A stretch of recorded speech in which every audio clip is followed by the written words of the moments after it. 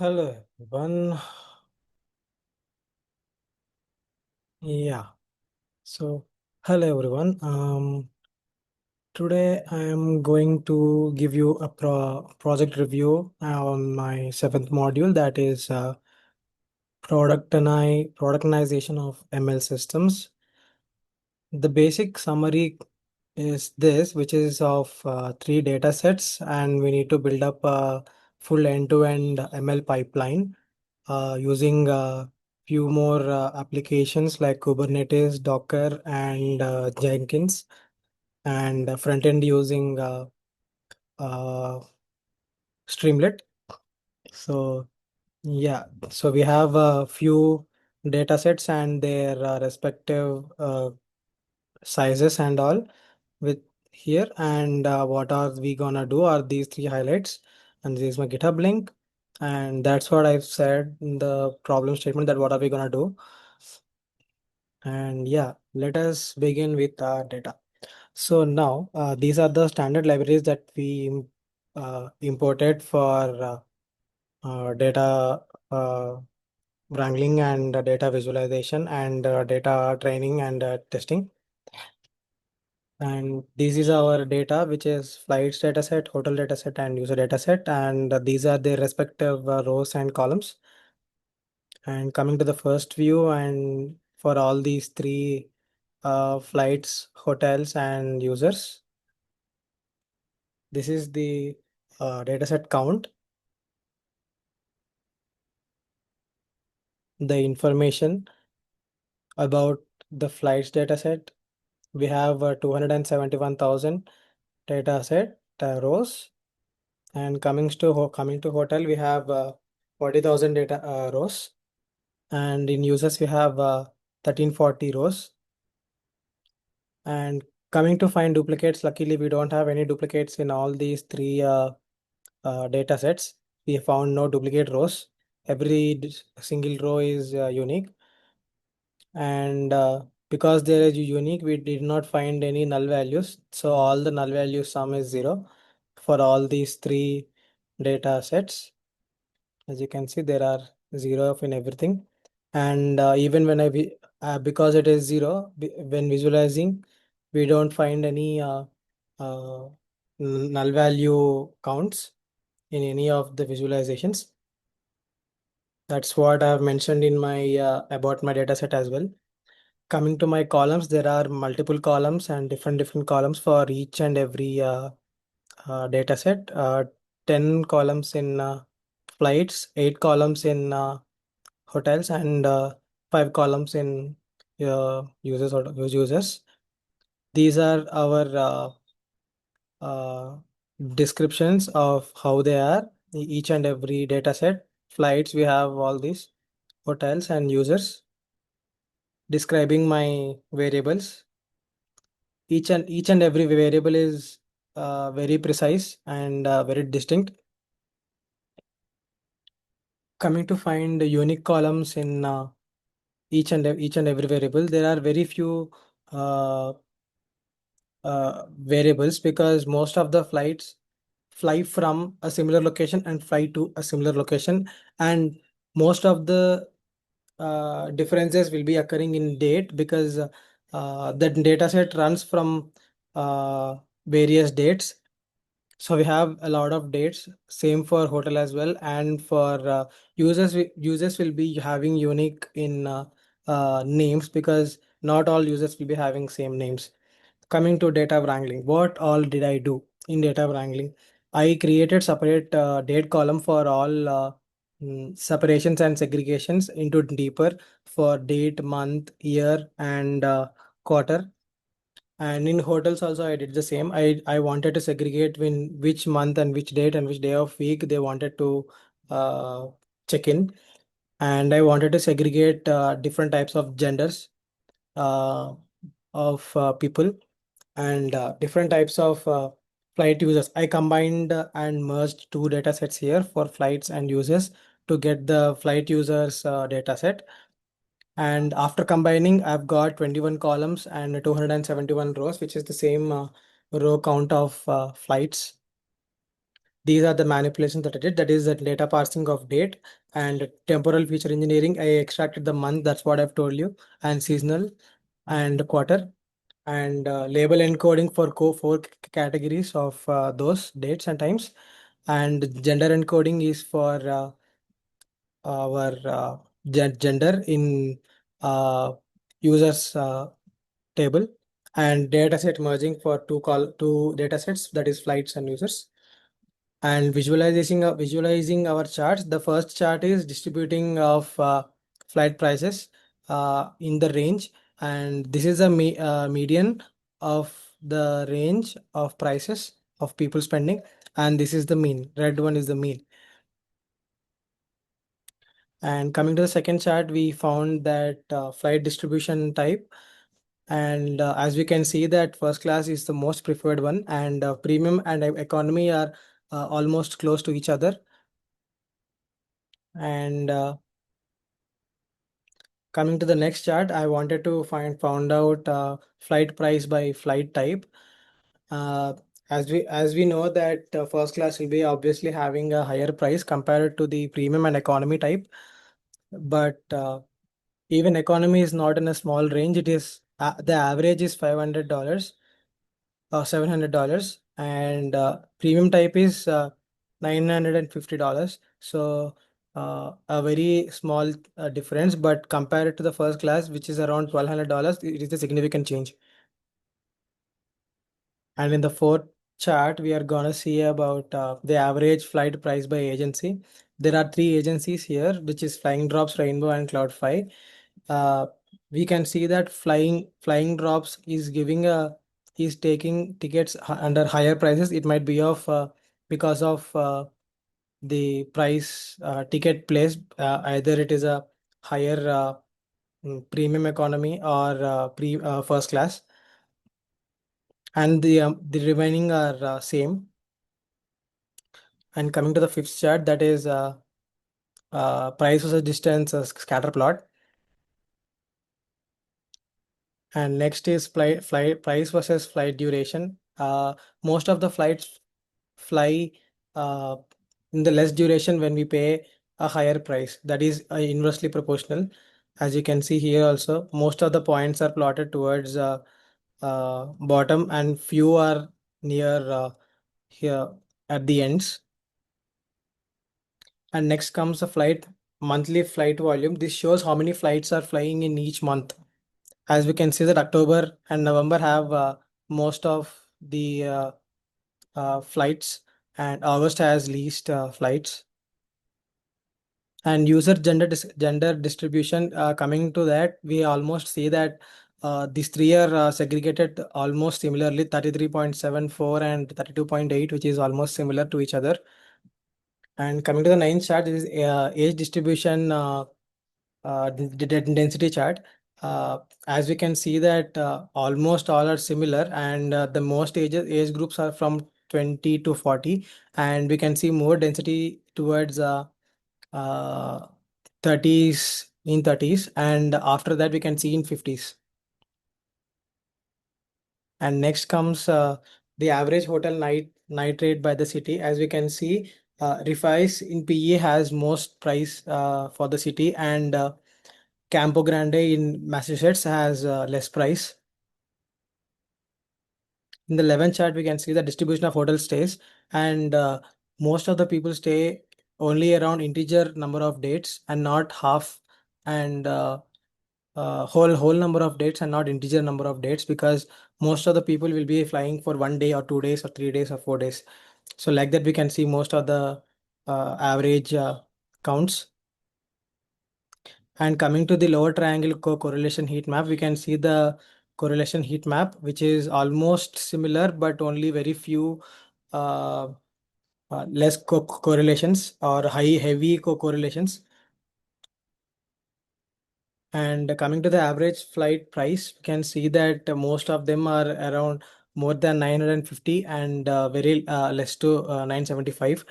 So the average price range is that. And we can see that this red line is overall mean, which covers almost all of the months.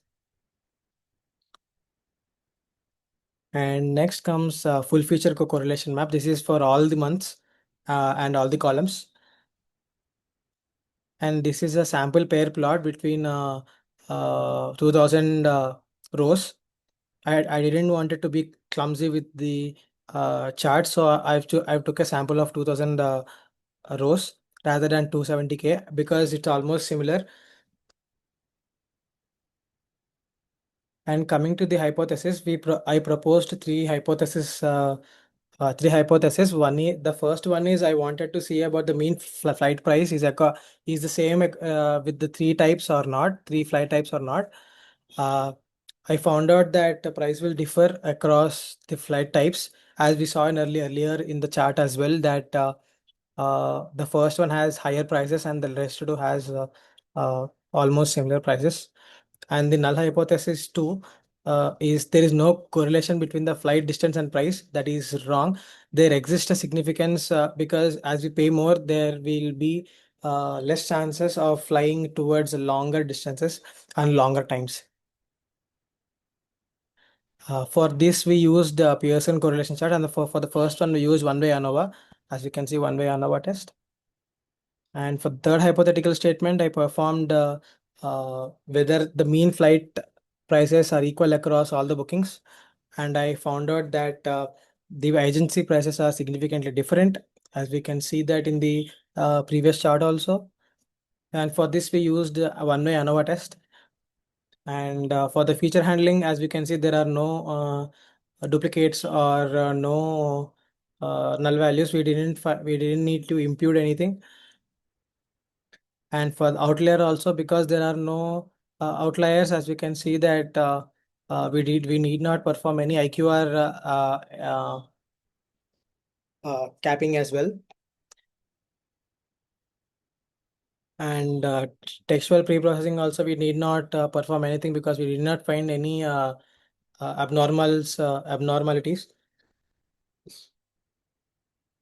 In the feature manipulation, I've just showed the price and normal prices and distance, prices per kilometer and distance ratio. This is the chart for it. I've used F regression for that.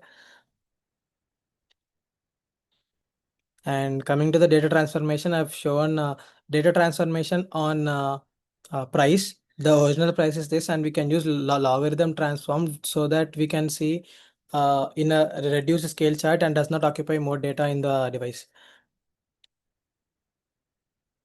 And coming to the data splitting, I've split the data into two 8.8 is to 0.2 ratio, where 0.8 is for training and 0.2 is for testing. For this is a very common standard for doing that. So, and next, the ML model implementation, I've used the first one as a linear regression. And this is the linear regression values. I've found out that R square and uh, root mean square errors and uh, mean squared error as well, mean absolute error. And like that, I found out three regressions. I've used second one for random forest, the same values, and cross validation in grid search CV. I found out that root mean square error and mean absolute error and R square have been uh, uh, exact and more accurate in randomized search. Gradient boost gave me great values and great uh, results. And this is my future work. If I wanted to do, I wanted to see and perform sanity checks and load my model for front end as well. So this is what I performed, and I wanted to check whether it is performing correctly. So this is an example for that. And yeah, that concludes my backend model. And I also performed a gender classification model on how much class distribution is there for each, whether it is none or male or female. I have performed 0, 1, 2 counts for respectively. Yeah, here. And I also classified that using random forest and found out that there is more correlation for male and female, but not significantly higher than none as well because they lies in the same region. And that is for the gradient boosting as well. And this is my front end. Uh, if I wanted to do, I wanted to perform in the similar model, so I've got a demo here as well. And after that, I wanted to perform uh, the serving layer. I'll show you my serving layer. My serving layer is focusing on Flask API and Streamlit, where I wanted to where my Flask runs for the first time as app.py. And here, as we have my app.py, this is my Flask, which takes all the input. And before that, I wanted to show my train models. I wanted to train my model uh, with all the for all the data sets I wanted to perform and show that the the same methods that I have used in the IPYNB file that I've showed earlier. I wanted to perform the same and distribute and segregate for the training dataset and testing dataset as well, as I've told earlier for 0.8 and 0.2. I've did the same experiment here as well. So that would be a standard procedure for my explanation and visual practical as well. And yeah, first after that I wanted to check if my Flask is working properly or not. And yeah, we will come back later here. This is my uh, ML runs and airflow. This is airflow. I will come back here later. And yeah, as you can see that this is my I activated my VENV file, virtual environment, and I have performed operations on Flask. As you can see that my Flask is still running, and there is a HTTP 200 that is success. So I'll show you my website as well. Uh, Here it is. As you can see here, this is my prediction message. I wanted to show a message that it is running in the port, and in the same port, as you can see, it is running. My travel API prediction is running. And after communicating this, I wanted to show my front end as well. When I perform this operation of uh, Flask, it creates an environment and starts my pipeline for my Streamlit as well. This is my Streamlit application. Streamlit is nothing but a front end application based on Python. So I have a very minimal, I did a very minimal front end for this, where I have three columns in my navigation bar for visualizations and a few other that you can see here. This is my travel and hotel insights. This is my front end. As you can see, I've shown like two, three charts for flight price distribution, age distribution, and top flight agencies by volume. As you can see, the data is loaded successfully. If the data is not loaded successfully, it would have given an error here, and the page would not have been loaded. And after this, I wanted to show. I've told you I've got three sections in mind. This is my first section, and now comes the hotel recommendation section. It's loading. Yeah, as you can see that there are specific user codes for I'll show you my users file. Yeah, so this is users file. Based on the users file, it will show me how frequent they are going or which places they are preferring. And he might be a ex status person in society, but based on his previous bookings and all, it will show me recommendations. I'll show you, for example, let's say three, and get recommendations. No new hotels for this similar pop. So if there are no similar hotels, I will suggest some popular ones. So I'll show you another example also, whether there is recommendations for based on his previous bookings.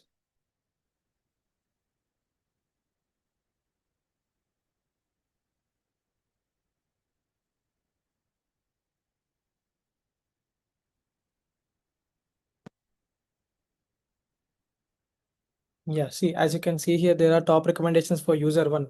So he has already gone into these hotels and he prefers these hotels. So this is what I wanted to show, and I wanted to uh, visualize for them. And coming to the model predictions, this is where I wanted to, as I've told you, my whether my flask is running or not. If my flask is running, it will perform operations, and if it's not performing, uh, it won't give operations. And coming to that, in this model predictions, my first prediction is for flight price. We can we can change my uh, destination and departures, uh, where we wanted to go, and how many hours we wanted to fly approximately, and how much distance are we flying, and what date are we flying, and which type of class or do we want, and which agency do we want to prefer. So everything, based on everything, let's take this example as well. Let's say predict price. It will predict based on this one, and based on my operations and model that is running in the behind, it gave me prediction price is 1244. I think this price is based on the agency as well, because this agents flying drops agency have higher prices for its agency, and mostly prefers first class bookings. So mostly it will be on first class or premium economy range. So 1224, as we already saw in the previous charts as well, that the average for premium is 950, and for economy, no, sorry, and for first class is average is 1200. So it might be for first class. And also your user gender. So in first class, what kind of seats, or is it preferable for male, or is it only applicable for female, or if it is none, then anybody can use it. So let us say, for the same example, whether we want for the first class in agent, and if it is flying for, let us say, uh, 20 hours, and the distance is 500, and today let's predict gender is none. So as you can see, when it is gender none, anybody can book it. So that's how, whether it is people from people who are male or female, anybody can book it. So there is no restrictions for this.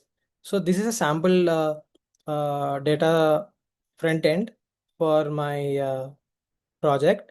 And coming to the uh, so yeah, when I create my uh,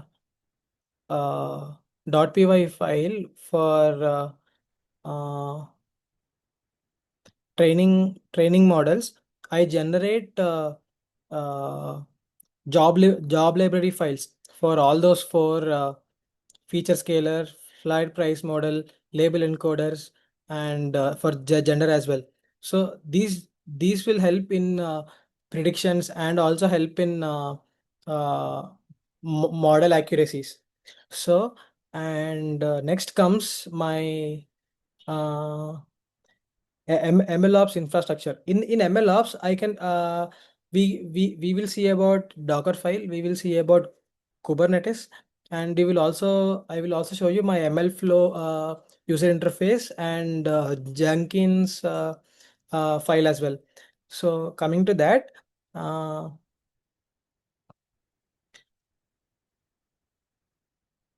this is yeah, this is my Streamlit uh, code for local network 8501. It is running in my browser that I showed you. And this is my Python ML flow tracking. As you can see, we have a lot of function. I've been experimenting with this since like 3-4 hours. So yeah, as you can see, I have a experiment name travel price prediction. Let us see in my ML flow. As you can see that this is my it's listening at this port on 127.0.0.0 in 5000. As you can see, that is same port, and in my port I have my experiment called travel price predictions. In that I have that model is which is running, and we can see that flight price model. If you open this flight price model, it will go into this page. I'll open this page at the same page. The same page created 5 hours ago. I've been experimenting with this. So yeah, we have two metrics here, that is MAE metric and R2 metric, which have values as well, max depth, learning rate, and N estimators, which are related to our model accuracies and model predictions. And this, as you can see, that this is logged from ML flow tracking PY, which I've created here. Uh, ML flow tracking PY, as you can see here, which will which has model grading boosting regressor that I've told you, because I did experiment on logistic regression and random forest variable and grading boosting. I've got great results on gradient boosting regressor, so I performed my operations on grading boosting regressor only. And yeah, for that I wanted MAE and R square. So see here we get this ML runs folder just for that mm, model. As you can see here, we have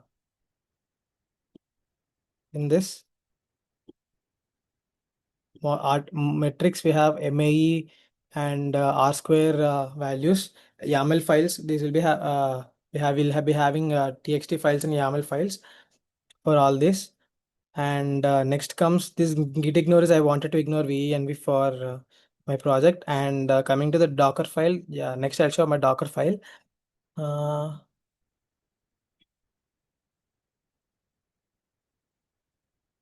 yeah, let us go to the Docker desktop. Yeah, this is my Docker desktop. As you can see here, this is a personal desktop model. This is the travel container that I've created in the port 5001. The same portal, if we click on this, it will go into the localhost 5001 that I've showed you. We can click here, the same portal. This is my localhost that is created, the same port. If you opt for pretty print, we'll be getting a message in a neat manner. That is all. So yeah, and that is my ML flow, and this is my Airflow. This is my Apache. Sorry, Jenkins. We can enter our username and password for our Jenkins, and we can log in, and we can see our flow as well for our project. In our Jenkins file, this is the same. I wanted my travel API and everything the same. And I have my so whenever we create our Jenkins file, and when we this is my Docker. I created my Docker here. Each and every terminal has different functionality here. I've created my Docker and embedded into my project here. Because of this, I got my Docker as there in the Docker container. And this is my uh, uh, Jenkins file, which is running and which is successful. So it is still open. That's why it's triggering uh, all the logs. And this is my Kubernetes. As we can see that there is three pods that are available. Travel, the travel API deployments, three pods in the same module, the cluster.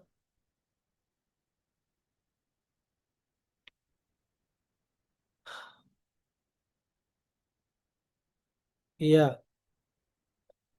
So here,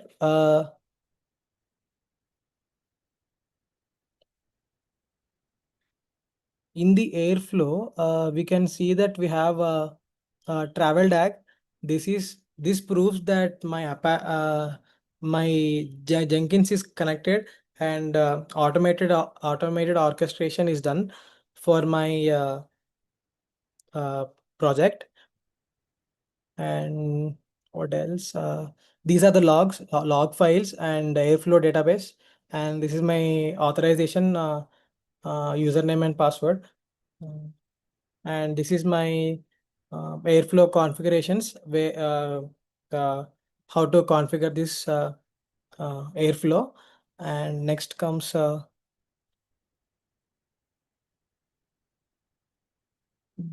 think that's pretty much it. And yeah, this is the Jenkins file and train models. Yeah, so there are very few uh, restrictions and very few mandatory things that we need to follow. Uh, Basically, the biggest challenge of this was not the coding part or uh, uh, arranging part. The most challenge was the integration, ensuring that my Flask API and Docker containers and Kubernetes pods are communicating properly and are fixed properly, and are communicating with each other on the right ports, and uh, whether whether my output is given properly or not. This was a great task for me in this project. I've learned a lot about this in this project, how to perform operations and how to port them properly, and what is the use of each and every uh, application, and why am I using it. And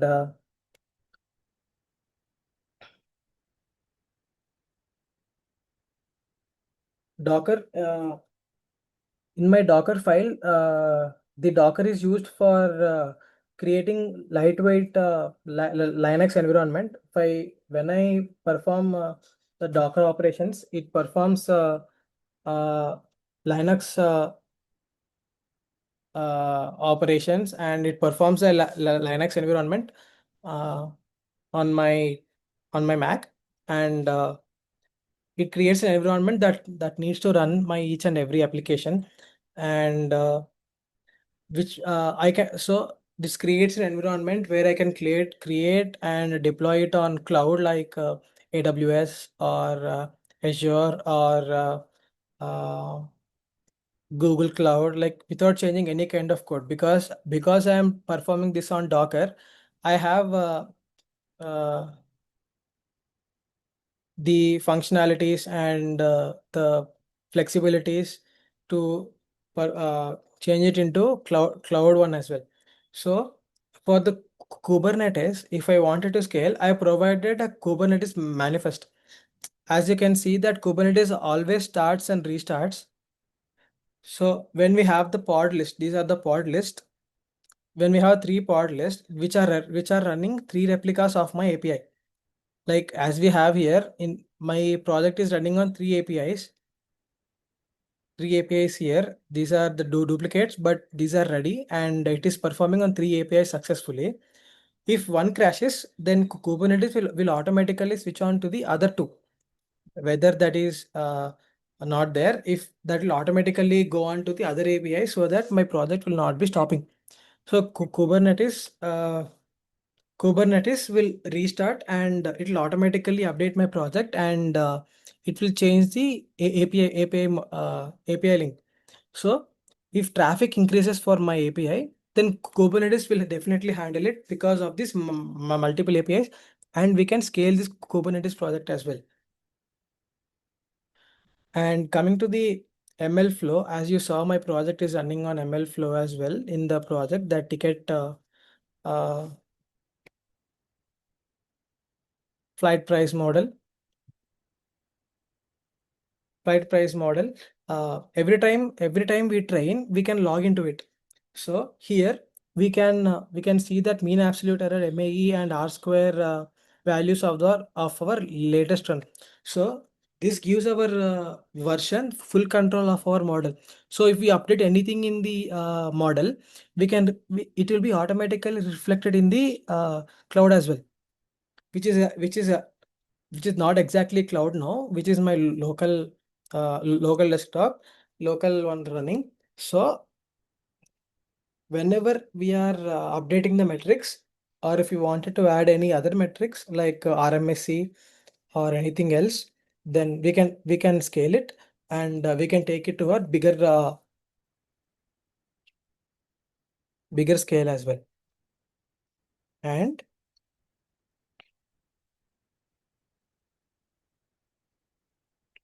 as I've told you that I'm using gradient booster methods, because I found that gradient boosting regressor is efficient in those three, linear regression and random forest classifiers. Those gradient booster is very better in terms of accuracies. And yeah, coming to the uh, future and improvements of this project, we can also use real-time monitoring of this data using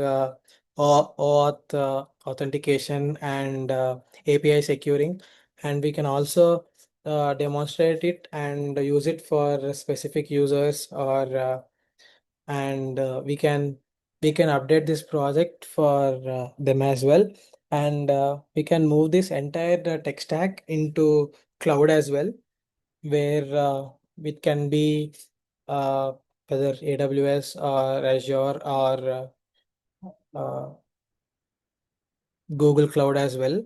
We can definitely upscale it, and we can use it like AWS EKS function or like that.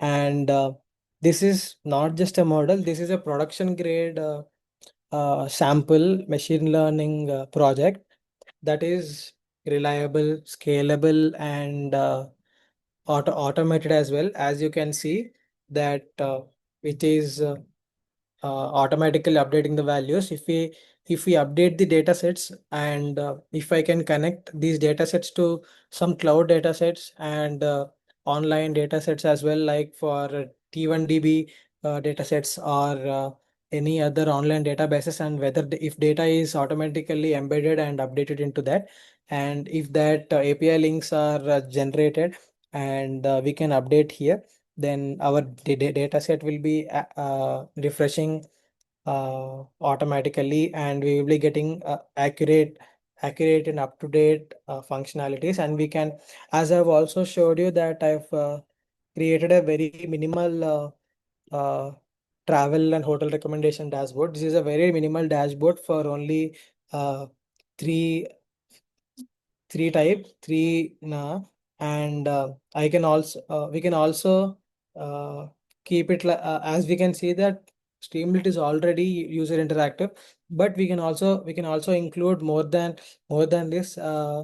We can perform we can keep very user interactive dashboards here, and front end as well.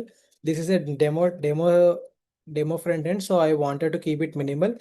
And yeah, ML flow I've told you, and Airflow as well. We can see that I'll show you my DAG file. Yeah, this is my DAG file, which suggests that my Jenkins file is successfully running between Kubernetes and Docker file, and the Airflow is what that is running. This is my Airflow. Sorry. Yeah, this is the Airflow that is running, the DAG PY. All this DAG PY is uh, Kubernetes, sorry, Airflow only. And yeah, so I am very proud of this project, which I built with multiple tech stack like Docker, Kubernetes, and deploying it on Kubernetes and using Jenkins as well. So that is a very plus point for me, and handling it so that all these methods are connected to each other, and uh, which are exactly deployed, and which gave me accurate uh, values in this file. Is That's what my aim was, and the why of this project is also been proved, and my why has been solved. So yeah, so thank you for watching this tutorial on my project, and thank you.